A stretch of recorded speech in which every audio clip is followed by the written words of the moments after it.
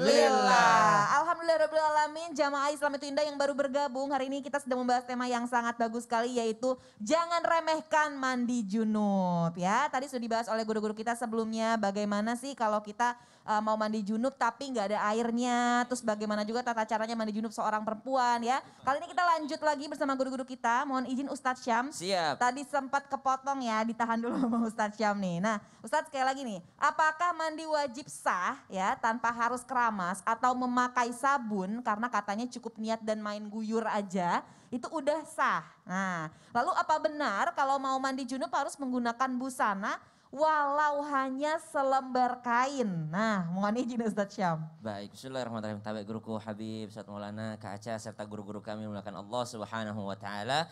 Baiklah, karena ternyata pertanyaannya apakah sah kalau kita mandi junub atau mandi besar atau mandi wajib dengan cukup niat dan mengguyur saja. Ternyata bukan itu syaratnya.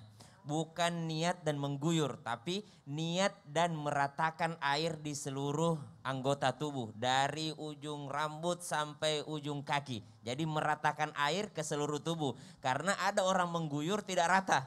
Ada orang mengguyur tidak rata airnya. Maka seluruh anggota tubuhnya harus terkena dengan air. Baik dengan cara mengguyur atau dengan cara nyemplung. Misalnya, ya jadi aku bilang tadi. Ya, jadi tadi dikatakan ada mandi wajib yang cepat. Ada quick wash gitu misalnya. Dia misalnya berniat. Saya berniat mandi wajib ya, nawaitul ghusla rafil hadathil akbar lillahi ta'ala. Dia lompat dari ketinggian 3 meter langsung lompat ke kolam renang. Lalu naik dari kolam renang, maka itu sah mandi wajibnya. Niatnya apa tuh Ustaz? Nawaitul ghusla rafil hadathil akbar lillahi ta'ala. Udah nikah jadi apal. Masya Allah, apal bener kayaknya tiap hari Lancar ya. lagi, Nikah jadi apal. Lancar. Jadi bukan mengguyur ya, tapi meratakan air ke seluruh anggota tubuh. Maka subhanallah, kalau di kolam renang bagaimana Ustadz? Sah, karena itu lebih daripada dua kullah. Kalau 2 kullah itu maka dia kalau tidak berubah warnanya, tidak berubah aromanya, tidak berubah rasanya, maka dia tetap air yang tidak digolongkan najis, tidak berubah oleh najis. Kecuali dia berubah warnanya, berubah aromanya, berubah rasanya, baru dia tidak boleh dipakai untuk mensucikan. Karena ada air yang suci tapi tidak mensucikan. Mana itu air suci tapi tidak mensucikan? Sampo. Sampo itu tidak mensucikan. Sabun itu tidak mensucikan walaupun dia adalah suci. Maka subhanallah, bolehkah orang mandi tanpa pakai sampo? Mandi wajib, mandi besar tanpa pakai sampo? Boleh. Yang penting dia meratakan ke kulit kepalanya, ke rambutnya. Yang tidak boleh, udahlah tidak pakai sampo tapi tidak mengambil sela-sela rambutnya. Nah itu tidak boleh. Kenapa orang biasanya bilang udah pakai sampo, udah keramas belum? Karena untuk meratakan ke kulit kepalanya atau ke seluruh rambutnya. Subhanallah. Jadi bukan masalah pakai sampo atau tidak pakai samponya. Sabun pun demikian. Haruskah seseorang mandi wajib, mandi besar pakai sabun? Maka tidak diharuskan memakai sabun. Kenapa? Yang penting merata seluruh kepada seluruh anggota tubuhnya. Pertanyaan selanjutnya, jadi udah jelas ya Cak ya. Cuma syaratnya cuma 2 tadi. Niat dan juga meratakan air ke seluruh anggota tubuh. Jadi kalau ada orang niat langsung dia nyebur, maka subhanallah itu juga sudah sah mandi wajibnya. Jadi nggak harus pakai shower, nggak harus apa, namun harus ada yang harus diperhatikan. Mustakmal dan sebagainya. Nanti dijelaskan oleh guru-guru kita. Yang kedua pertanyaannya, haruskah seseorang mandi besar dengan sehelai kain? Maka ketika seseorang mandi besar itu tidaklah mengapa tidak memakai selembar kain. Namun adabnya kalau dia memakai selembar kain walaupun itu adalah pakaian dalam, maka itu yang lebih utama. Tapi tidak harus karena ada orang juga susah mungkin membersihkannya kalau pakai selembar kain. Toh tidak ada yang melihat kita ketika kita mandi besar. Ketika kita berada di kamar mandi kita dalam keadaan sendiri, makanya sebelum masuk kamar mandi ada doanya. Allahumma inni a'udzubika minal khubuthi wal khaba'ith. Kita berlindung kepada Allah daripada jin laki-laki, jin perempuan yang menyukai kita. Supaya apa? Supaya ditutup pandangannya ketika kita masuk ke dalam kamar mandi. Namun tetap menjadi adab, tetap menjadi sesuatu yang utama ketika kita minimal memakai sehelai kain supaya kita ketika mandi itu tetap yang namanya ingat kepada Allah Subhanahu wa Ta'ala walaupun tidak boleh nyebut Allah. Jadi itu dia termasuk daripada keutamaan ketika ada sehelai kain yang menempel pada badan kita atau pada tubuh kita. Kembali lagi cuman 2 kewajibannya, niat dan meratakan air ke seluruh anggota anggota ke seluruh tubuh. anggota tubuh. Tanpa sabun, tanpa sampo nggak apa-apa. Nggak apa-apa ya Ustadz Betul. ya. Ustadz tapi mungkin sedikit aja mau Siap. nanya juga, ini berarti ini ada beberapa yang nanya yang sering banget masuk pertanyaan Ustadz. Jadi kalau misalnya abis mandi wajib gitu kan mau wudhu, berarti paling nggak pakai selai kain lah ya mau Oh wudhunya ya. betul, pakai handuk atau pakai sarung. Bener-bener, gitu. Masya Allah. Makasih banyak loh Ustadz Siap. Syam. Ya itu ya jamaah ya, jadi yang penting itu dari atas nih ya, dari ujung rambut sampai bawah semuanya rata ya. Mau nyemplung juga jadi ya, yang penting niatnya ya. Balik lagi meratakan seluruh tubuh. Terima kasih banyak Ustadz Syam. Nah sebelum kita lanjut ke tausiah guru-guru kita berikutnya ya. Ini ada sebuah video tata cara mandi wajib ya bagi anak setelah haid. Seperti apa? Ini dia tayangannya.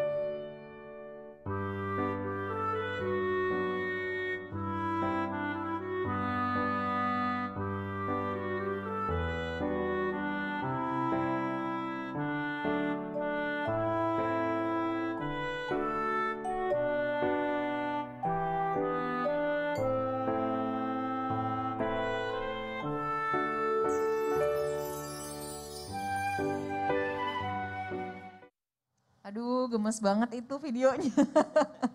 Habib, ini Masya Allah nih, Aca kan juga punya anak perempuan ya Habib ya. Masya Aduh Allah. ini emang harus siap-siap ya mengajarkan sejak dini ya, mau ngomong harus diajarin ya Habib. Nah cuman nih Aca suka bingung juga gimana sih cara mengajarkan, memperkenalkannya ke anak, mengedukasi anaknya juga seperti apa. Kadang kan bingung metode mengajarkannya seperti apa kan Habib, karena kan anak-anak kan suka takutnya salah menyerap informasi juga nih. Nah ini niatnya tuh gimana sih antara perempuan dan laki-laki, berbeda apa enggak nih Bib? Dan bagaimana sih supaya mereka tuh mengenal mandi junub itu seperti apa? Mohon izin Habib, silahkan. Baik, izin Ustaz Maulana, Ustaz Syam. Bismillahirrahmanirrahim. Mengenalkan anak untuk mandi janabah. Artinya enggak gimana-gimana. Karena ini suatu kewajiban sama seperti sholat. Sholat itu umur 7 tahun kita sudah disunnahkan itu anak untuk melakukan atau mengajarkan sholat. 10 tahun bahkan tidak sholat dipukul. Tapi dipukul bukan pakai rotan. Nabi mengajar cuma pakai jari aja gini. Nah Oh gitu. artinya Bib. bukan ditampar atau Masya segala macam. Jadi Allah. memukul ini kan Islam ini Masya Allah sangat rahmat dan sangat kasih sayang. Juga mengenalkan itu anak bagaimana sama. Ketika itu anak umur 6 tahun, 7 tahun sudah mulai dikenalkan. Oh seorang perempuan nanti akan dari Bani Adam nanti akan keluar darah haid. Nah ketika keluar darah haid ini disebut hadas besar. Tidak apa-apa. Jadi nggak usah ini atau orang-orang sekarang ini kan, oh ini kan masih anak-anak tabu ini itu segala macam. Tidak. Ini keuntungannya buat dia, hasilnya akan buat dia supaya dia tidak nanti kaget kok bisa keluar tiba-tiba keluar darah, bisa keluar darah haid. Jadi memang makanya dari kecil kadang-kadang anak-anak belajar fikih. Dari fikih itu sudah diajarkan tentang hadas kecil, tentang hadas besar, itu sudah diajarkan bahkan umur 5 tahun, 6 tahun sudah diajarkan ini hadas kecil, ini hadas besar, seperti itu. Jadi tidak ada kata tabu untuk mengajarkan anak-anak kita harus jelas dan gamblang. Apabila nanti datang umur 9 tahun, paling kecil anak itu umur 9 tahun buat perempuan, itu sudah bisa keluar darah haid. Nanti ketika keluar darah haid, suci daripada darah haid, itu harus mandi janabah. Apa itu mandi janabah? Mandi mengangkat hadas besar. Bagaimana tata caranya? Nah kita ajarkan. Seperti tadi Ustaz Syam sudah sampaikan, Ustaz Maulana sudah sampaikan, ada 2 kewajiban. Ta'aniyah wa ta'mimul badani bilma. Ta'mimul badani bilma. Artinya yang pertama tadi Ustaz Syam menyampaikan niat wajib. Dan yang kedua apa? Meratakan air ke seluruh badan wajib. Ajarkan sama dia pelan-pelan. Bahkan boleh dipraktekkan. Tapi kita yang niatin. Atau dengan bahasa Indonesia. Nawaitul ghusla li raf'il hadathil haid lillahi ta'ala. Jadi memang berbeda antara laki-laki dan perempuan kalau untuk haidnya. Tapi kalau untuk mandi janabahnya sama. Li raf'il hadathil akbar. Jadi sama kalau buat mandi janabah buat laki-laki dan perempuan.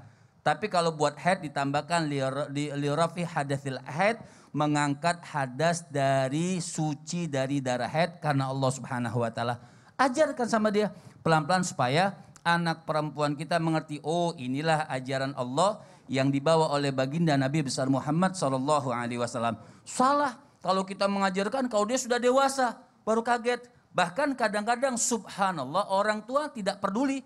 Jadi sudah haid, sudah didiamkan saja, nggak tahu kapan mandinya, atau sudah mandi atau tidak, tahu niatnya atau tidak. Bahkan kadang-kadang sholat, dia sholat aja, sudah suci daripada haid, kemudian dia tidak mandi hadas. Nah ini yang salah. Jadi memang harus dihajarkan pengajaran fikih sangat penting. Karena apa? Ilmu fikih itu 24 jam di dalam kehidupan kita bawa ilmu fikih.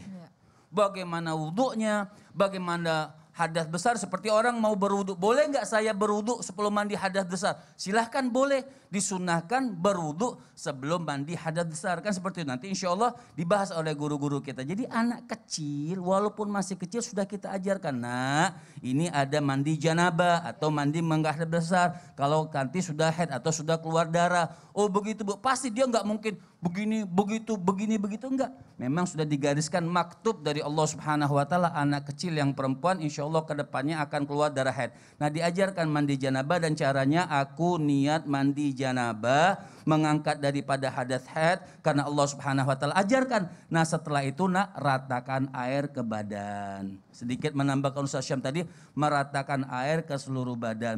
Ada orang yang mandi nih, mandi baru sedikit doang pakai sampo misalnya atau pakai air busa, dia mandi sudah langsung dilap aja, nggak sah. Karena sabun dan sampo tidak bikin sah mandi janabah. Yang bikin sah mandi janabah air bersih yang suci mensucikan diberatakan seluruh badan, itu yang bikin sah mandi janabah. Jadi emang benar-benar harus detail juga ya Bib ya, maksudnya diguyurnya tuh airnya benar-benar sampai tapi ke sela-sela. nggak sulit seperti orang perempuan, oh saya malas mandinya misalnya, dia diajak berkumpul sama suaminya, oh saya malas mandi, nggak harus malas, yang penting rata, nggak harus sampo, nggak harus sabun, yang penting rata. Masya Allah. Wah ini pelajaran banget ya, jadi tahu. Masih malas gajah. Duh jadi langsung malas. enggak lah, aduh Masya Allah. Ya jamaah ini luar biasa ya, jadi justru jangan merasa itu hal yang tabu ya diajarkan ke anak, justru harus dari sejak dini supaya nanti anak juga nggak kaget, dan kita harus menceritakan, menjelaskan bahwa inilah kodrat perempuan seperti yang tadi Habib jelaskan. Masya Allah, terima kasih banyak Habib. Ya. Langsung aja nih jamaah dulu pasti udah gak sabar ya pengen pertanyaannya langsung dijawab sama guru-guru kita. Kita masuk ke segmen Tanya Dong Ustadz. Kami semua tanya dong Ustadz. Masya Allah, mungkin jamaah di rumah kayaknya harus dikasih semangat dulu deh kayaknya nih Ustadz ya. Jamaah. Yeah. Oh jamaah. Yeah. Alhamdulillah. Langsung kita masuk ke pertanyaan pertama, ini dari Instagram @okel aja ya. Assalamualaikum Ustadz. Jika salah satu pasangan mandi janabah, tapi tidak dengan air mengalir ataupun air yang tidak suci mensucikan, hukumnya bagaimana dan bagaimana cara agar seseorang mudah diingatkan dalam hal kebaikan? Nah mohon izin untuk Ustadz Syam, silakan Ustadz. Baik, bismillahirrahmanirrahim. Bagaimana caranya agar saling mengingatkan dalam kebaikan? Ya saling mengingatkannya dengan cara, dengan akhlak. Dengan akhlak yang baik, bukan dalam hal menyalahkan atau merendahkan martabat orang lain. Makanya dalam Al-Quran itu disebutkan qaulun ma'rufu wa maghfiratun khairum min sadaqati yatba'uha adza.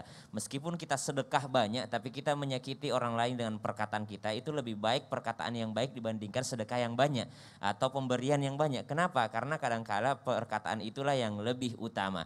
Maka dakwah pun itu harus disertakan dengan cara-cara yang baik. Makanya disebut amar ma'ruf. Apa itu amar ma'ruf? Memerintahkan atau mengajak dalam kebaikan, kema'rufan. Ma'rufan itu bukan merendahkan derajat orang lain, tapi mengangkat derajat orang lain. Jadi ingetinnya dengan cara yang baik gitu. Jadi jangan sampai menjatuhkan orang. Betul. Ya, niatnya juga harus lurus ya Ustadz ya. Makasih banyak Ustadz Syam.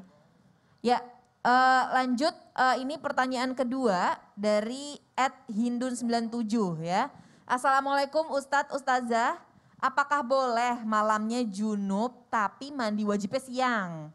Nah, soalnya subuhnya sengaja dilewat, meskipun bangun gak langsung mandi junub buat melaksanakan sholat subuh, paginya melakukan lagi, terus siang baru mandi wajibnya. Nah itu bagaimana? Mohon izin Ustadz Maulana. Baik, bismillahirrahmanirrahim. Sekali lagi saya harus sampaikan, ketika janabah maka contoh ya, malamnya junub tapi mandi wajibnya saat melaksanakan salat subuh, itu jawabannya boleh. Tapi dalam hal ini diperbolehkan menunda, tapi dalam hal ini sebenarnya makruh ya. Makruh hukumnya tidur dalam keadaan janabah, itu makruh. Sebaiknya kalaupun harus tertidur ataupun bahkan makan atau melakukan aktivitas dalam keadaan janabah itu sebenarnya makruh hukumnya.